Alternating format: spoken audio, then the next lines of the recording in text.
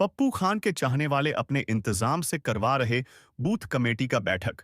इस बैठक में मिल रहा जनता का भरपूर प्यार और सभी हो रहे राजद को जीताने के लिए एकजुट। बिहार शरीफ विधानसभा के पूर्व राजद विधायक पप्पू खान ने अपने चुनावी अभियान के दरमियान वार्ड नंबर 5 सलेमपुर में एक बैठक की। इस बैठक में जनता ने दिखाया रुचि। इस बैठक का मुख्य उद्देश्य था कि जो साल भर पहले बूथ कमेटी का गठन हुआ था, उसको सक्रिय करना तथा चुनाव के दिन पोलिंग औसत कैसे बढ़ाया जाए, इस पर विस्तार से चर्चा करना। इस बैठक में जो अभी भाजपा के इशारे पर चुनाव आयोग द्वारा लालू यादव के वोटरों का नाम कटवाने का जो साजिश किया जा रहा है, उस पर भी विस्तार से चर्चा करते हुए अपने कार्यकर्ताओं को जागरूक किया। इसके लिए पूर्व विधायक पप्पू खान ने हर मोहल्ले में एक एक्सपर्ट कंप्यूटर के जानकार व्यक्ति को बहाल करवाया है। पूर्व विधायक पप्पू खान ने कहा कि जो बूथ कमेटी हमने साल भर पहले बनाया है, आज उसी को ऑक्सीजन देने आए हैं, अर्थात उनका चार्ज करने आया हूं। साथ ही साथ इन्होंने यह भी अपील किया कि वार्ड काउंसलर के तर्ज पर आगामी विधानसभा चुनाव में मतदान करें।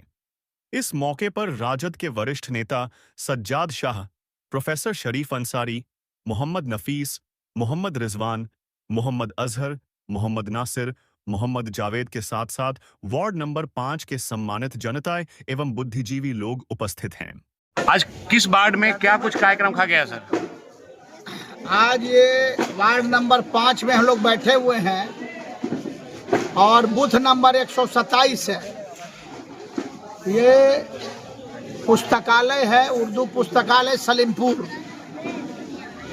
तो हम लोग सारे बुजुर्ग और नौजवान के साथ यहाँ हम लोग बैठे हैं और जैसा कि आप जानते हैं कि अभी हमारा अभियान चल रहा है, बूथ जीतो चुनाव जीतो। तो इस बार 2025 का नवंबर में चुनाव है। तेजस्वी बाबू की सरकार बनानी है, लालू यादव की सरकार बनानी है, सेकुलर सरकार बनानी है। गरीब गुरबा, दलित महादलित, अति पिछड़ा, सवर्ण जाति के हिंदू समाज, गरीब गुरबा जो लालू यादव में विश्वास रखते हैं, इन लोगों की सरकार बननी है। तो हम लोग 2 एजेंडे पर अभी काम कर रहे हैं। पहला एजेंडा, वोटर लिस्ट में किसी का नाम न छूटे, एक एक व्यक्ति का नाम वोटर लिस्ट में जोड़ा जाए और जो बच्चे बच्चियां 18 साल के हो गए, वोटर हो गए, उनका भी नया नाम जोड़ा जाए। और दूसरा एजेंडा हमारा है कि पोलिंग रेशियो जो हमारा 30% 40% रहता है चुनाव में, उसको इस बार बढ़ा करके कम से कम 70-80 किया जाए। वोट की कमी नहीं है, बिहार शरीफ विधानसभा में है, लोग सुस्त पड़ जाते हैं। तो हम यही गुजारिश कर रहे हैं समाज से कि जिस तरह से वार्ड काउंसलर के चुनाव में आप लोग 70-80% वोट करते हैं, उसी तरह से विधानसभा और लोकसभा के चुनाव में 70-80% पोलिंग कीजिए और अपनी सरकार बनाइए। क्योंकि जब तक आपका बहुमत नहीं होगा, 123 का आंकड़ा नहीं पूरा होगा, आपकी सरकार नहीं बनेगी। और सेकुलर सरकार बनाना बहुत जरूरी है, क्योंकि बिहार में और भारत में जो भाजपा आरएसएस के द्वारा जो शोषण हो रहा है, गरीब गुरबा का, दलित महादलित का, मुसलमान का, कमजोर वर्ग का जो शोषण हो रहा है, आए दिन नया नया कानून लाया जा रहा है लोकसभा में। कभी 3 तलाक, कभी सीएए, कभी एनआरसी और कभी जो है वक्फ बिल अमेंडमेंट का मामला भी आया है। सुप्रीम कोर्ट में मामला लटका हुआ है, लेकिन खतरे की घंटी है। इसलिए हम लोगों को जागने की जरूरत है, मुसलमानों को और सेकुलर हिंदू समाज को जागने की जरूरत है कि देश में गृह युद्ध नहीं हो, सिविल वार नहीं हो, देश हमारा शांत रहे और शांति से विकास की ओर अग्रसर रहे हमारा देश भारत।